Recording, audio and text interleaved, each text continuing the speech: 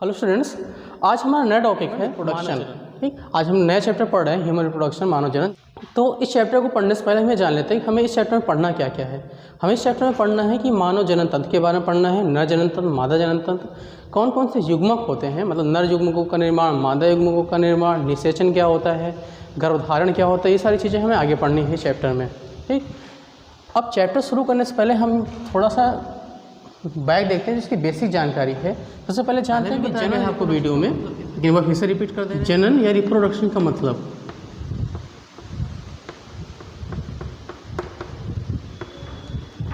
तो जनन या रिप्रोडक्शन का मतलब होता है किसी भी जीव द्वारा अपने समान नए संतान उत्पन्न करने की प्रक्रिया को ही जनन कहते हैं। जीव द्वारा अपने समान नया संतान उत्पन्न करने की प्रक्रिया जनन कहलाती है।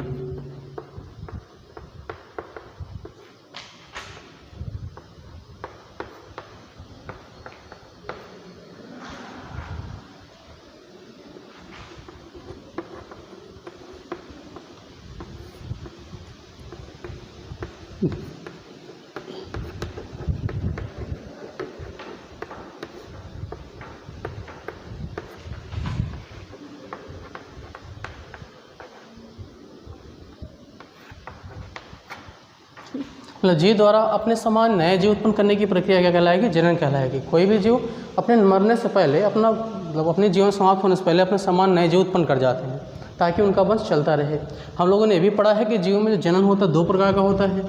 एक होता है अलैंगिक जनन और एक होता है लैंगिक जनन। अलैंगिक को कहते हैं एसेक्सुअल रिप्रोडक्शन और लैंगिक को कहते हैं सेक्सुअल रिप्रोडक्शन।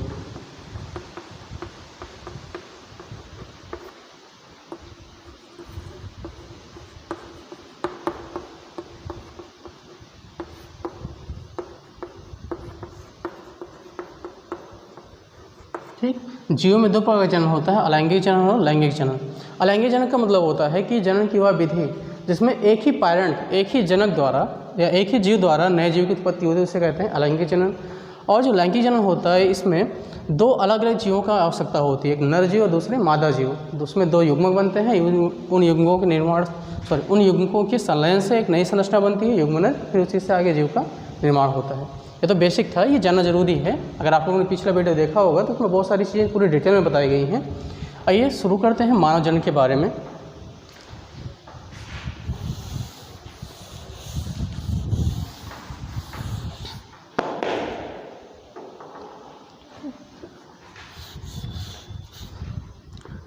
तो हम जानते हैं कि मानव क्या है। मानव एक लिंगी प्राणी है।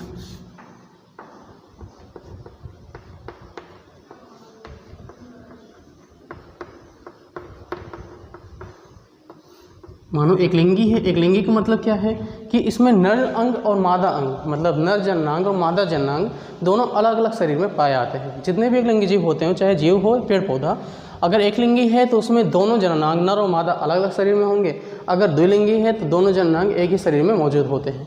तो मनुष्य क्या है? एक लिंगी जीव है। एक लिंगी जीव है, इसलिए इसमें जो जनन की सिर्फ लैंगिक जनन की प्रक्रिया ही होती है। मतलब इसमें कौन सा जनन होता है? इसमें लैंगिक जनन होता है। मनुष्य में लैंगिक जनन की प्रक्रिया ही होती है। मनुष्य में जन्म लैंगिक जनन द्वारा ही होता है। अब मानव एक लिंगी है और इसके अलावा हम क्या कहते हैं? मानव जरायुज है।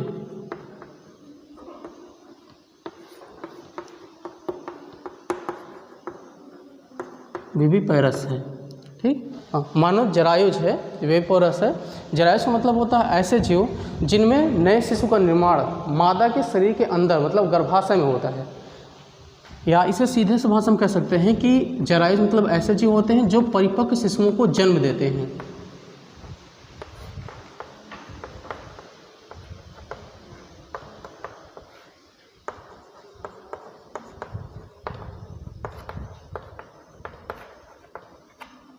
ठीक, मानव में परिपक्व शिशुओं का जन्म होता है। फिर से देखते हैं, मानव एक लिंगी है। एक लिंगी होने के कारण इसमें लैंगिक जनन होता है और लैंगिक जनन के फलस्वरूप इसमें परिपक्व शिशुओं का निर्माण होता है, इसलिए इसे हम जरायुज कहते हैं। तो अभी हमने पढ़ा मानव में कौन सा जनन होता है। ठीक, तो मानव में लैंगिक जनन होता है। तो लैंगिक जनन में शरीर में दो अलग अलग अंग होंगे, जनांग होंगे, दोनों में अलग अलग युग्मक बनते हैं। जब दोनों युग्मक आपस में मिक्स होते हैं, मैच करते हैं, उसमें निषेचन होता है, तब उसी से नए भ्रूण का निर्माण होता है और नए भ्रूण से नए शिशु का निर्माण होता है। तो मतलब क्या है कि एक लिंगी जीवों में नर जननांग मादा जननांग में बहुत सारा डिफरेंस होता है।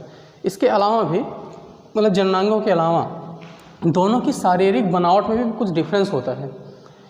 नर और मादा के शारीरिक बनावट में भी कुछ अंतर होता है, जिसके आधार पर हम पहचान सकते हैं कि कौन सा जीव नर है, कौन सा जीव मादा। तो शरीर के वह लक्षण जिन्हें देखकर बताया जा सकता है कि जीव नर है या मादा, उसे हम क्या कहते हैं? उसे कहते हैं लैंगिक द्विरूपता।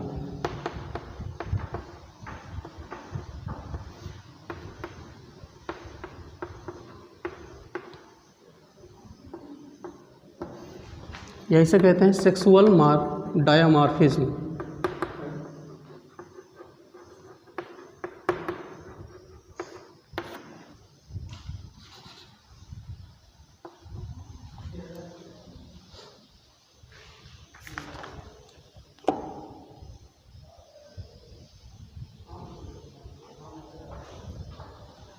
मतलब ऐसे शारीरिक लक्षण जिनके आधार पर हम देख के बता सकते हैं कि जीव नर है या मादा, उसे हम क्या कहते हैं? लैंगिक द्विरूपता। जैसे कि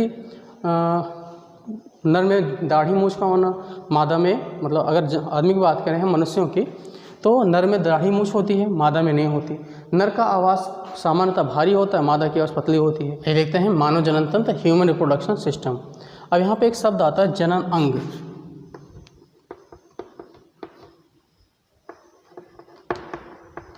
रिप्रोडक्टिव ऑर्गन्स। तो जनन अंग का मतलब क्या होता है? तो वह अंग जो जनन की प्रक्रिया में भाग लेते हैं। जनन की क्रिया में भाग लेने वाले अंगों को क्या कहा जाता है? जनन अंग।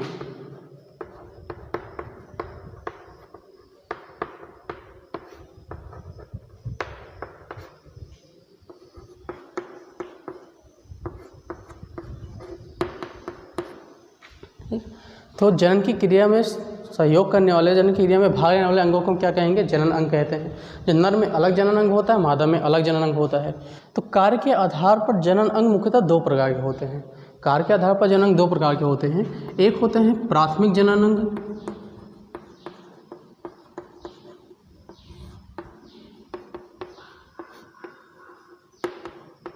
जिसे हम कहते हैं प्राइमरी रिप्रोडक्टिव ऑर्गन।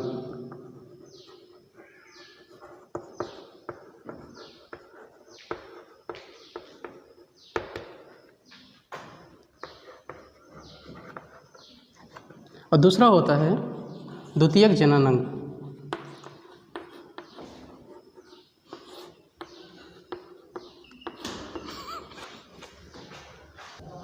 तो कार्य के आधार पर जनन अंग दो प्रकार के होते हैं। एक होता है प्राथमिक जनन अंग, जिसे हम कहते हैं प्राइमरी रिप्रोडक्टिव ऑर्गन।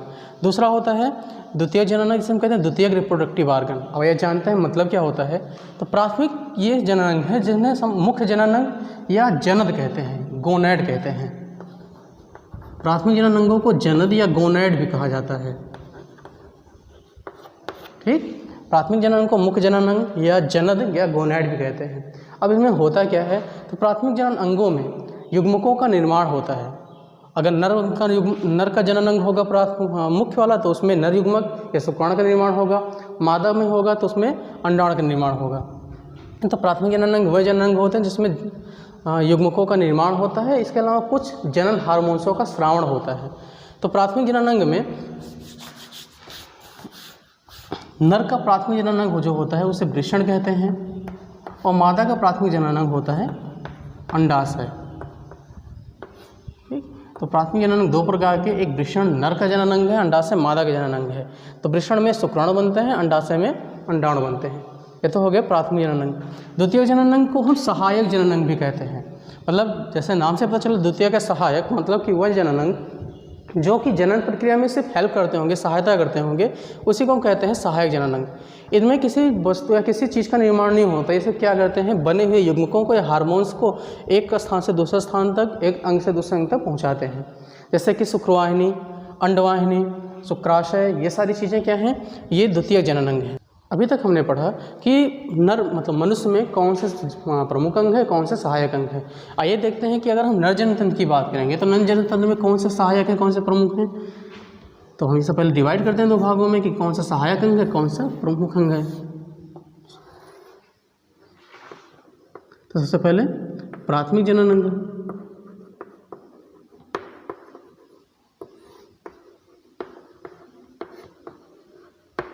तो मनुष्य का जो प्राथमिक जनन अंग होता है उसे हम वृषण कहते हैं। मनुष्य में नर का प्राथमिक जनन अंग वृषण या टेस्टिस होता है। और प्राथमिक क्यों कहते हैं तो भी बताया गया, क्योंकि इसमें युग्मकों का निर्माण होता है, इसलिए इसे प्राथमिक कहते हैं। तो वृषण में ही, नर में वृषण में ही युग्मक बनते हैं। अब बारी आती है द्वितीयक जनन अंग की या सहायक जनन अंग की।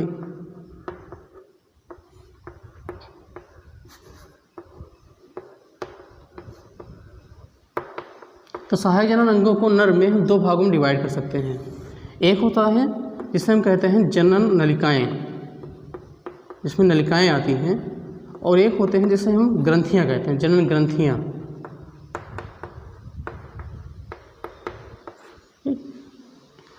तो जनन नलिकाओं में सबसे पहली बारी है जिसे हम कहते हैं वृषण जालक, हिंदी में वृषण जालक, अंग्रेजी में इसे रेड टेस्टिस कहते हैं। ठीक, वृषण जालक या रेड टेस्टिस। दूसरा है शुक्रवाहिका,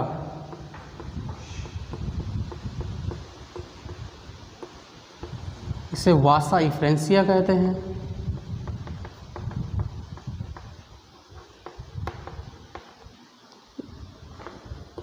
तीसरा अधिवृषण, इसे इपिडिडाइमस,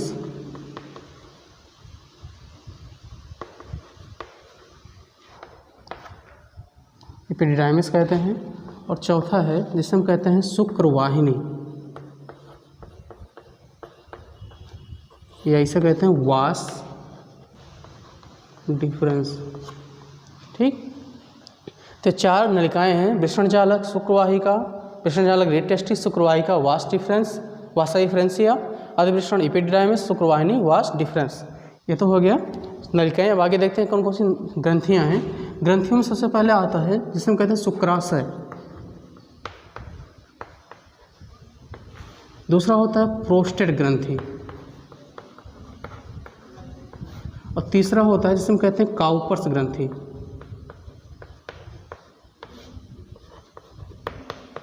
इसे बल्बो यूरोथ्रल भी कहते हैं। एक बार फिर से रिपीट कर लेते हैं।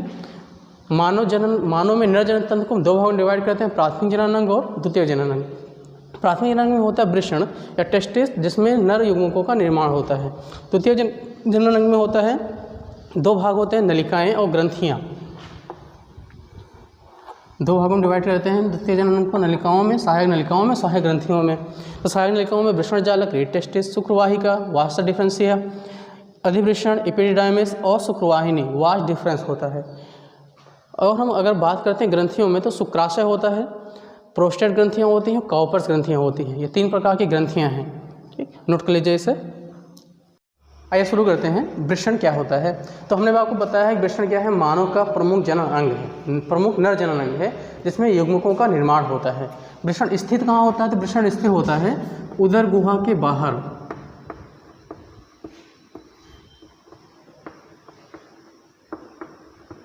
जब बच्चा गर्भावस्था में होता है तो उस समय ये उदर गुहा के अंदर वृक्क के पास स्थित होता है, लेकिन जब धीरे धीरे उसके शरीर का विकास होता है तो ये उदर गुहा के बाहर आ जाता है।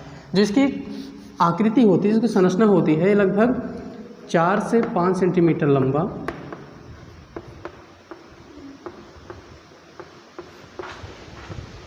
लगभग 2.5 सेंटीमीटर मोटा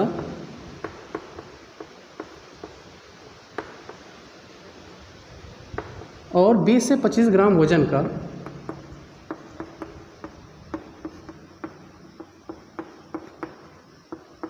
भार का गुलाबी रंग का पिंड होता है।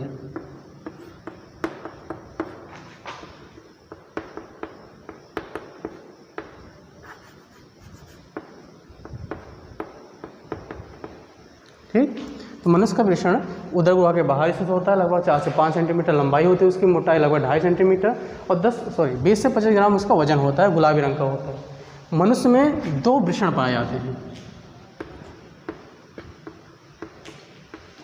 मनुष्य में 2 वृषण पाए जाते हैं जो स्थित होते हैं एक थैली नामक थैली से संरचना में, इसे हम वृषण गुहा कहते हैं या स्क्रोटनम कहते हैं या स्क्रोटल सैक भी कहते हैं इसे। तो मनुष्य में कितने वृषण होते हैं? 2 वृषण होते हैं। कहाँ स्थित होता है? वृषण गुहा नाम की एक थैली में, जिसे हम स्क्रोटनम में स्क्रोटल सैक भी कहते हैं। ये लिख लेते हैं इसे भी।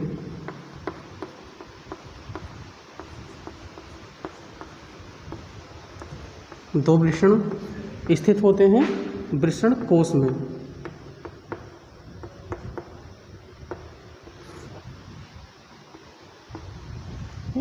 दो वृषण होते हैं जो कि वृषण कोश में स्थित होते हैं, और ये वृषण कोश शरीर के बाहर स्थित होता है। ये देखते हैं वृषण की संरचना।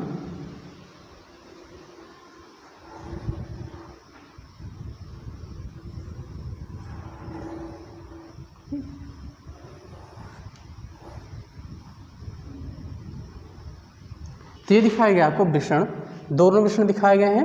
ठीक, तो मनुष्य में 2 वृषण हैं। ये होता कहाँ है? शरीर के बाहर स्थित होता है वृषण कोश में। अब अधिकांश कई बार क्वेश्चन पूछा जाता है कि वृषण शरीर के बाहर स्थित क्यों होता है, क्या कारण है कि शरीर के बाकी अंग अंदर हैं कि बाहर क्यों रखा गया है। तो इसका आंसर यही है कि वृषण में क्या होता है? युग्मक जनन की प्रक्रिया होती है। ये हम कह सकते हैं शुक्र जनन की प्रक्रिया होती है। शुक्र जनन होता है, और शुक्र जनन जो होता है वो हमेशा शरीर से कम तापमान पर होता है। शुक्र जनन के लिए तापमान कम चाहिए। अगर मान लेते हैं शरीर का तापमान 37 डिग्री सेल्सियस है, तो इतने तापमान पर शुक्र जनन की प्रक्रिया नहीं होगी। इसके लिए क्या होना चाहिए? इसके लिए तापमान कम से कम 2 से 3 डिग्री सेल्सियस कम होना चाहिए।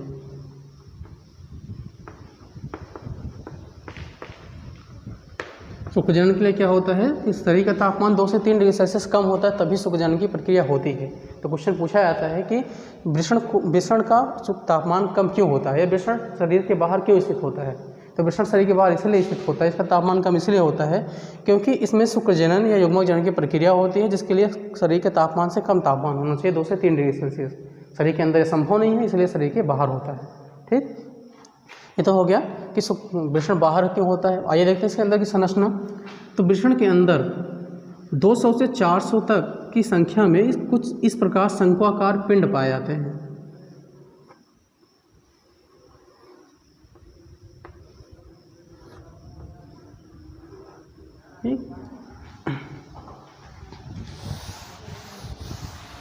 वृषण के अंदर 200 से 400 की संख्या में पिंड पाए जाते हैं। इस पिंड को हम कहते हैं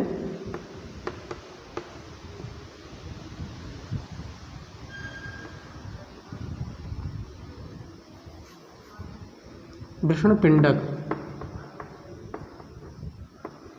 इसे कहते हैं टेस्टिकुलर लाब्यूल्स।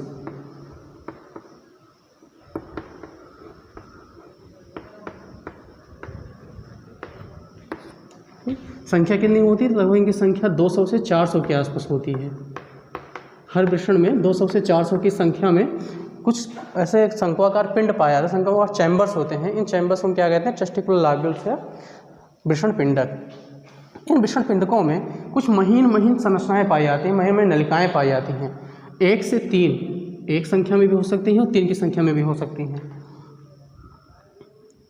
इन दिखा देना आपको महीन महीन नलिकाएं।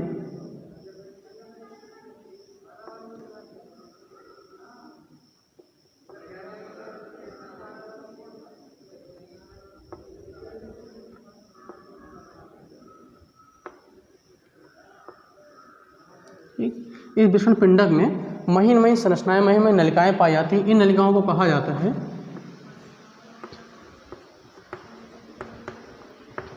शुक्र जनन नलिका, या इसे सेमनीफेरस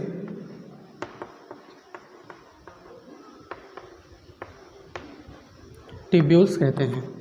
ठीक, वृषण पिंडक के अंदर क्या होता है? शुक्र जनन नलिकाएं होती हैं, इसे हम सेमनीफेरस ट्यूब्यूल्स कहते हैं। इस सेमनीफेरस ट्यूब्यूल्स की संख्या जो होती है वो 2 से 3 हो सकती है। 1 से 3, 1 भी हो सकते हैं और 3 भी हो सकते हैं। तो अभी हमने जाना कि वृषण क्या होता है? 2 भाग होते हैं, 2 वृषण होता है। वृषण के अंदर वृषण पिंडक होते हैं लगभग 200 से 400 की संख्या में। एवरेज में 250 के आसपास वृषण पिंडक होते हैं। वृषण पिंडक के टेस्टिकुलर लाब्यूल कहते हैं। इन वृषण पिंडकों के अंदर महीन महीन अत्यधिक कुंडलित नलिकाएँ पाई जाती हैं।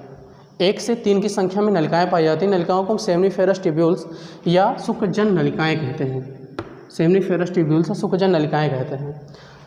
जैसे अब ये अगर नलिका है, अगर हम इसका सेक्शन काटें इस प्रकार से, जैसे मान लेते हैं नलिका है, अगर इसे मान लेते हैं ये नलिका है, अगर इसे तोड़ेंगे तो इसके इस वाले भाग में जो इसका जैसे बना देते हैं यहाँ पे, इसके अंदर इस वाले भाग में हमें कुछ सेल्स दिखाई पड़ेंगे, कुछ कोशिकाएं दिखाई पड़ेंगी। कुछ कोशिकाएं हम यहाँ बना दे रहे हैं।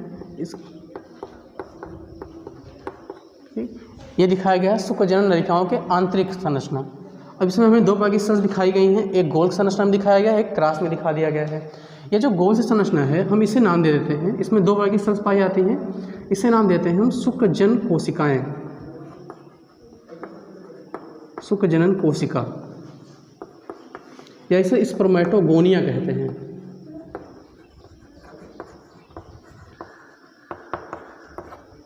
ठीक, और जो एक क्रॉस से दिखाया गया इसे हम कहते हैं सर्टोली कोशिका।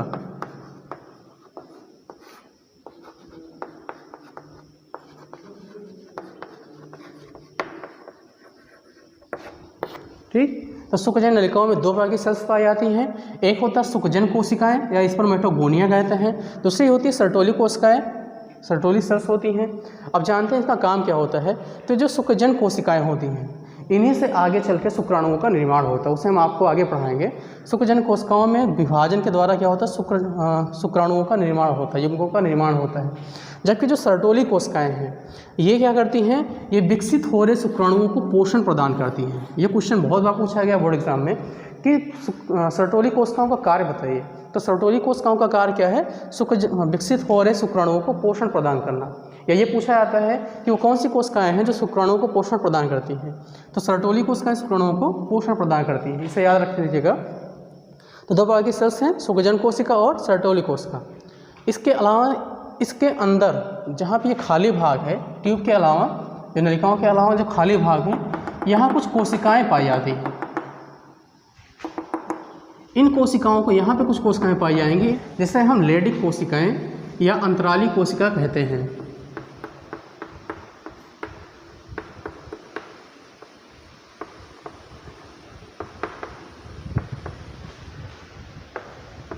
ठीक, लेडिक कोशिका या अंतराली कोशिकाएं कहते हैं। ये लेडिक कोशिकाएं क्या करती हैं, ये लेडिक कोशिकाएं एक विशेष प्रकार के नर हार्मोन्स का स्रावण करती हैं, जिसे हम टेस्टोस्टेरोन कहते हैं।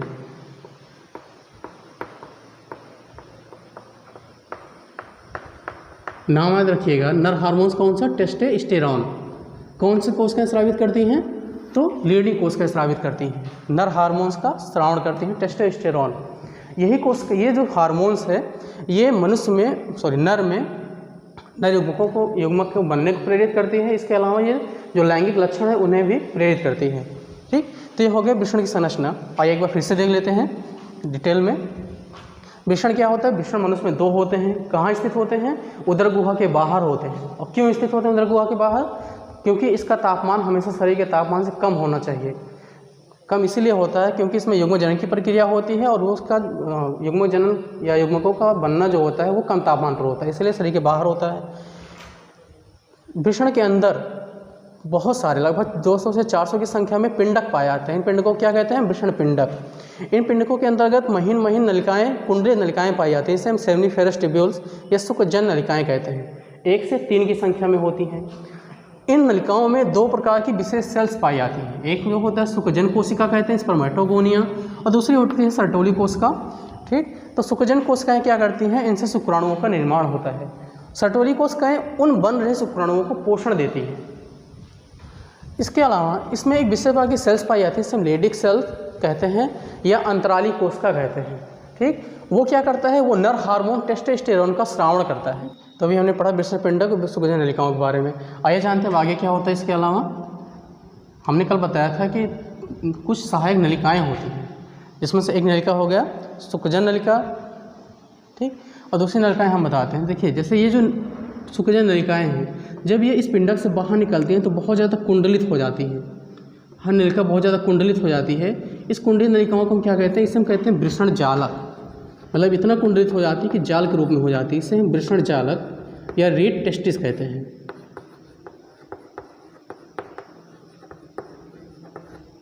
ठीक, वृषण पिंडक से निकलते हुए जो ये नलिकाएं हैं ये कुंडलित हो जाते हैं। कुंडलित नलिकाओं को हम कहते हैं वृषण जालक। इसके बाद ये यहाँ से क्या होता है, पतली पतली नलिकाओं के रूप में निकलती हैं, लगभग 10 से 15 नलिकाओं के रूप में। इन नलिकाओं को हम कहते हैं शुक्रवाहिकाएँ। वृषण जालक आगे चल के शुक्रवाहिकाएँ बनाता है।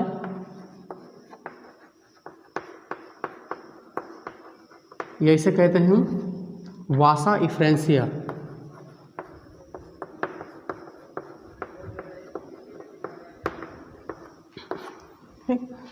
शुक्रजनन नलिकाएं बाहर निकले तो वृषण पिंडक बनाई। वृषण पिंडक से आगे कोशिकाएं बनी, वृषण जालक बना, रेड टेस्टिस। वृषण जालक से ये कोशिकाएं आगे, जो ये नलिकाएं आगे की ओर बढ़ी तो थोड़ी सी पतली हुई और 10 से 15 भागों में डिवाइड हुई। अब ये क्या बनाएंगी, ये शुक्रवाहिकाएं बनाएंगी। ठीक, अब ये शुक्रवाहिकाएं आगे चलकर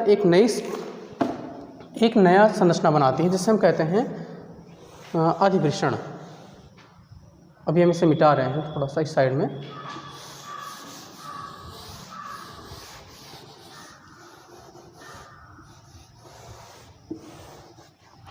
इसके बाद ये क्या होता है, जब ये ऊपर की ओर चढ़ता है तो एक नई संरचना बनती है, इसे हम कहते हैं अधिवृषण। अधिवृषण को हम कहते हैं इपिडिडाइमिस।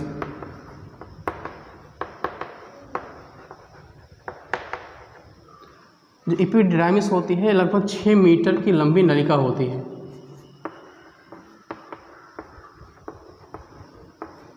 6 मीटर लंबी नली होती है, कौन सी, इपिडिडाइमिस। कब बनता है ये, शुक्रवाहिका के बाद, मतलब शुक्रवाहिका खुलती है इपिडिडाइमिस में, जो कि 6 मीटर लंबी नलिका होती है। लेकिन इतनी कुंडलित हो जाती है, इतनी ज़्यादा कुंडलित होती है कि 6 मीटर की लंबी नली 4 सेंटीमीटर में बदल जाती है।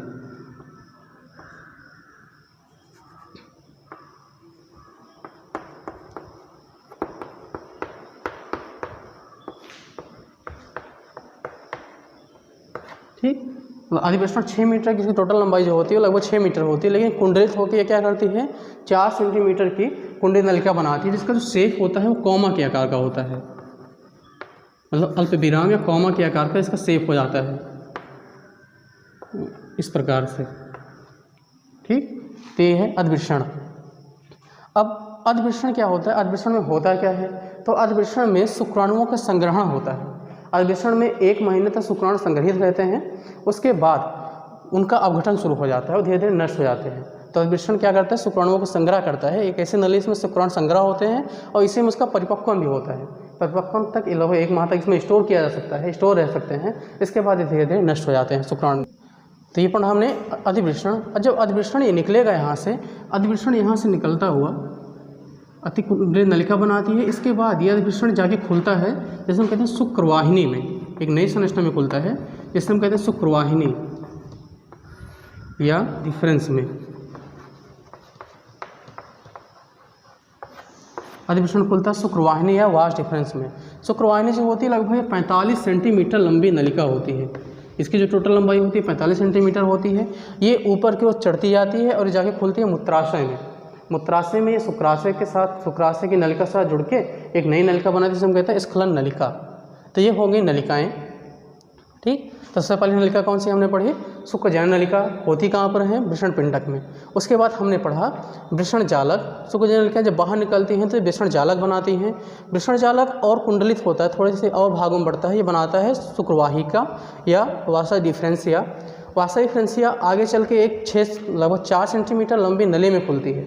इस नली को कहते हैं हम अधिवृषण या एपिडिडाइमिस। इसकी वास्तविक लंबाई 6 मीटर होती है, लेकिन इतनी कुंडलित होती है कि 4 सेंटीमीटर में समाहित हो जाती है। ये 4 सेंटीमीटर की नली आगे खुलती है एक बड़ी से वाहिनी में, जिसे हम कहते हैं शुक्रवाहिनी, जो लगभग 45 सेंटीमीटर होता है। ठीक, तो ये तो हो गई नलिकाएं। अब आगे देखते हैं कौन कौन सी ग्रंथियां हैं जो मानव जनन के तंत्र बनाए। ये देखते हैं अगला टॉपिक, सहायक जनन ग्रंथियां। मतलब कौन कौन सी जनन ग्रंथियां हैं जो जनन में सहायता करती हैं। तो सबसे पहला बहुत इंपॉर्टेंट ग्रंथि है जिसे हम कहते हैं शुक्राशय या सेमिनल वेसिकल। ठीक, सेमिनल वेसिकल या शुक्राशय, ये लगभग 5 सेंटीमीटर की थैली नुमा संरचना है।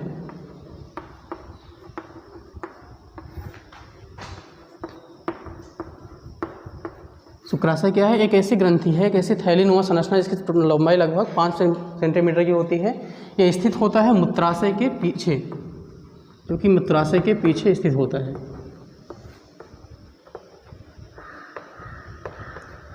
ठीक, शुक्राशय 5 सेंटीमीटर लंबी संरचना, 5 सेंटीमीटर थैलीनुमा संरचना है जो मूत्राशय के पीछे स्थित होता है। इसमें शुक्राणुओं का निर्माण नहीं होता है। इसमें क्या होता है? सिर्फ शुक्राणु स्टोर किए जाते हैं।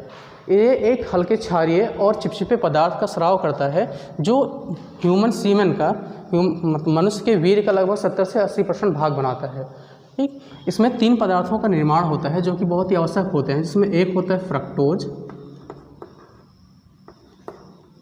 दूसरा होता है प्रोस्टाग्लैंडिन्स,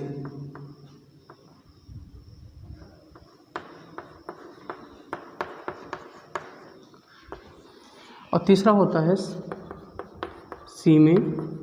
सीमेनोजेलिन।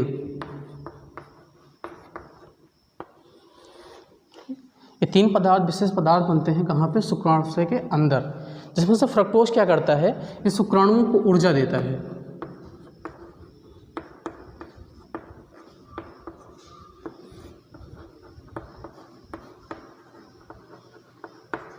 फ्रक्टोज क्या करता है? शुक्राणुओं को ऊर्जा देता है। प्रोस्टाग्लैंडिन्स क्या करती है? ये बनाए रखती है।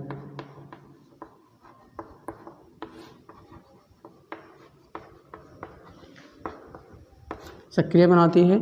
और सीमेनोजेलिन ये क्या करता है? ये वीर्य को गाढ़ा बनाता है।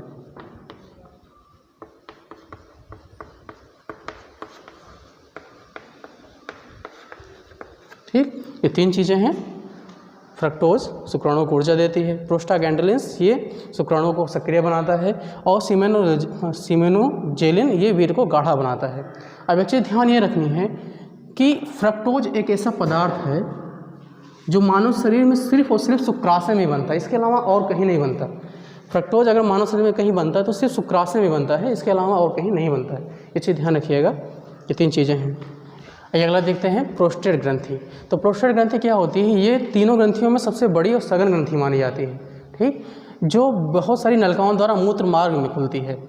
प्रोस्टेट ग्रंथि सबसे बड़ी, मतलब तीनों ग्रंथियों से बड़ी सघन ग्रंथि है जो बहुत सारी नलिकाओं द्वारा मूत्र मार्ग में खुलती है। ये श्वेत, ये सफ़ेद और अम्लीय द्रव का श्रावण करती है। ये ग्रंथि क्या करती है? श्वेत और अम्लीय द्रव का श्रावण करती है, जो वीर्य का लगभग 20 से 30% भाग बनाता है।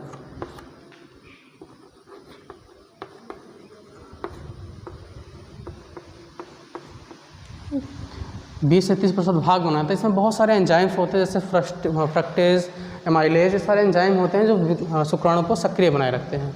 प्रोस्टेट ग्रंथि। आगे देखते हैं। अगला ग्रंथि है काउपर की ग्रंथियाँ या बल्बो यूरिथ्रल। अगली ग्रंथि है काउपर की ग्रंथियाँ या बल्बो यूरिथ्रल। ये क्या होता है? ये प्रोस्टेट ग्रंथि के नीचे स्थित होती है और आकार में उससे छोटी होती है। ये प्रोस्टेट ग्रंथि के नीचे और आकार में छोटी होती है। ये गाढ़े, पारदर्शी और चिपचिपे द्रव का श्रावण करता है, जो माध्यम को क्षारीय बनाता है, जो अम्लीय माध्यम को क्षारीय बनाता है। तो तीनों ग्रंथियाँ हो गई, शुक्राशय और प्रोस्टेट ग्रंथियाँ और काउपस ग्रंथियाँ। तो बच्चों, आज के लिए बस इतना ही। आज हमने पढ़ा पूरा नर जनन तंत्र के बारे में। अब आगे की वीडियो हम आपको बताएंगे मादा जनन तंत्र के बारे में। उसके बाद हम लोग पढ़ेंगे युग्मक जनन कैसे होता है, क्या होती है। ठीक, तो अगर आपको वीडियो आज का अच्छा लगा हो तो लाइक करिए, कमेंट करिए, सब्सक्राइब करिए। Have a nice day.